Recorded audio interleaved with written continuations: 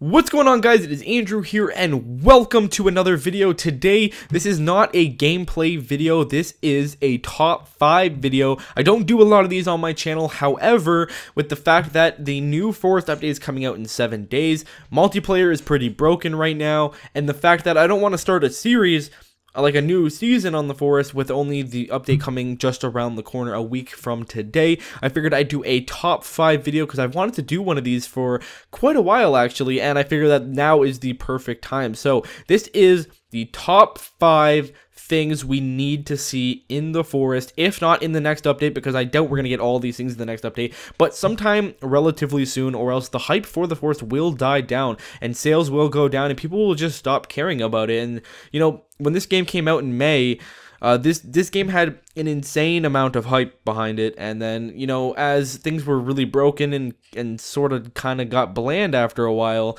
you know, hype kind of died down and a few hardcore people still stuck around, which is obviously you if you're still watching this, or maybe you're just coming back to see what's new in the Forest or what I think how they can improve the Forest.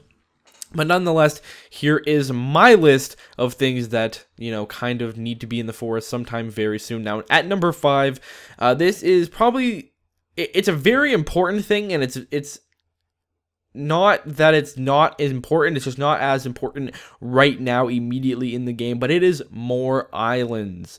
This game needs more areas for you to be able to explore. It's just, quite frankly, the island that you are currently on, when you first play the game, you first, you know, wake up in that plane, you walk out, you start gathering resources, you're like, this place is huge, and just within a few hours of playing, you'll be like, oh wait, I was here, oh wait a second, I've seen that building before, that, you know, that cannibal camp, oh, here's the plane again, you know, this island isn't as big as I thought it was. That's because it really isn't. Now, you do kind of get captivated within the beauty that is the game, and, you know, it's very graphically pleasing, and there's a lot of trees, and, you know, trees are very familiar, so it's not like a tree is a landmark specifically. So you kind of get this illusion that the world is really big, and there's a cave system, so that helps a little bit as well. But to be quite fair, the island isn't that large, and in order for this game to be, you know, really pleasing for people, or to make people play it again, because some people who may have bought this game back when released and would have stopped playing it due to lack of content, lack of exploring, you know, maybe they'll come back to the game again. If, you know, there's some more islands. We know that there's lots of islands, we can see them, we just can't explore them, and the ability to explore them, the ability to kind of just run around and be, you know, kind of immersed in this new world again would bring a lot of excitement back to the series. So yes, more islands comes in at number 5, and at number 4, it is a hydration system. Now, I know what you're thinking. There is, technically speaking, already a hydration system in game. However, it is nowhere near where it needs to be at the moment. In real life, hydration is key. If you don't drink water within 24 hours, you are going to be dehydrated. You're going to start having severe headaches. You're going to start feeling nauseous. You might pass out. And then, of course, you're going to die. Within a very short amount of time, within a day of not having water, you could die. So what I propose is a in-depth hydration system, not as simple as going to the water and drinking it, but something like, for example, and this isn't a spoiler by the way, if you watched yesterday's The Walking Dead episode, it showed them filtering water using a water bottle system with rocks inside of it, and the water would slowly trickle down and filter, and then you have to boil the water. I would love to see a system like that happen in the Forest. Now, we know there's lots of bottles of alcohol around, so you could either drink the alcohol or pour the alcohol out. Now you have an empty bottle you can then fill with pebbles from the beach. You can then fill it with water from the, you know, the ocean, and then you could filter it and boil it, and then you would have, you know, drinkable water. And if you don't drink water within a certain amount of time, perhaps you start, you know, you start getting a lot of motion blur on screen. Perhaps you pass out and wake up in the caves. And having a system where if you die, if you don't drink water, it would force people to use the hydration system, which is a realistic system in the first place, because then they don't want to lose their progress of all the building they've done, and they don't want to have to die. So I think that a hydration system would be very important, and that is number 4. Number 3 for me would have to be terraforming, so the ability to form the ground and the environment. Now, this game, it might be a little hard for the engine they have in place now, especially something as difficult as that to implement.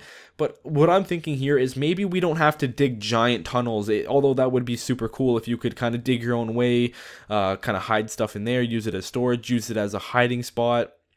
If the cannibals see you, you could have a kind of like an escape route. But even if they can't go that far into it, I would love to at least see a new trap that forces you to, use a shovel that you would have to build using, let's say, a stick and a flat rock, or a stick and some tree bark or something. I'm not sure, whatever they want to do, a stick and perhaps a piece of plane debris, like a piece of metal from the plane, and you could then dig a trap and then put sticks down there, and then you could put leaves and sticks over the ground, so if the cannibals walk on it, they'll fall into the trap and they'll die down there. I would love to see diggable traps. So yes, just in general terraforming, this idea also comes into play with the hydration system. I would like to see the ability to dig wells. So if you dig down far enough, no, you can't dig fur. If you dig down far enough, you could dig a well, and you could have a self-sustaining water filtration system, or a water system. Then you'd still have to filter it. But if they introduce a hydration system, I would love the ability to dig wells, because if you have a camp that's not near the ocean, instead of running all the way, you just dig downwards, and you could have some water that way. So coming in at number 2, I would like to see the hunting be much more realistic and difficult. For example, you'll see in this video specifically, you would have already seen it in the beginning of the video. For example, the lizards, they barely run away. They do run away at first, and then they eventually stop running. You can catch up to them and kill them. Just like that, you have better armor and new food. They already kind of implemented this when they made it so that you can't just catch rabbits that easily anymore. Before, you could do the same thing with rabbits. Now you have to actually put down a rabbit cage and catch them. I'd like to see the same system for lizards. Deer, for example, have to be the worst AI in this game at the moment. Now they do run away from you initially, but then they just kind of stop and let you kill them, and you're gonna see it in this video. Like I said, I just literally walk up to a deer and slice it with my axe, and it's dead. Just like that. The deer AI needs to be much more aware. In real life, you are never ever going to be able to just walk up on a deer like that. It'll run from you. They have excellent hearing. They have excellent awareness of their surroundings. So deer need to be much better. And just hunting in general needs to be more difficult. I should only be able to catch a deer with a bow and arrow. I should only be able to catch a lizard with some sort of trap, and I should only be able to catch a rabbit with some sort of trap. We've already seen, like I said, some improvement in that regard. But just further expansion on that. And then, of course, coming in at number 1, the most important thing for me that they need to add in this game sometime relatively soon is a story mode, or at least some type of backstory to this game. At the moment, I actually had someone the other day ask me, what is the forest? And I play the forest all the time on my channel. I'm well over 100 episodes now, and I literally struggled to answer that question. They said, like, what is the point of the game? And I just said, the point of the game is to survive. You land on an island and you have to survive. And they said, okay, but like what? What are you doing? What are you surviving from? Well, there's cannibals on the island, but okay, what is the point? I don't know, I guess to survive. Well, there needs to be a story in this game to further, craft out and hone what the point of this game is. When this game was, still not even out yet, and I was doing my research on it, and I was like, this game looks really freaking cool. There was a lot of speculation on what the story is gonna be, and still to this day there hasn't been a story yet. It's been about 7 months. There's still no story mode in this game. It's really unclear to where the direction is.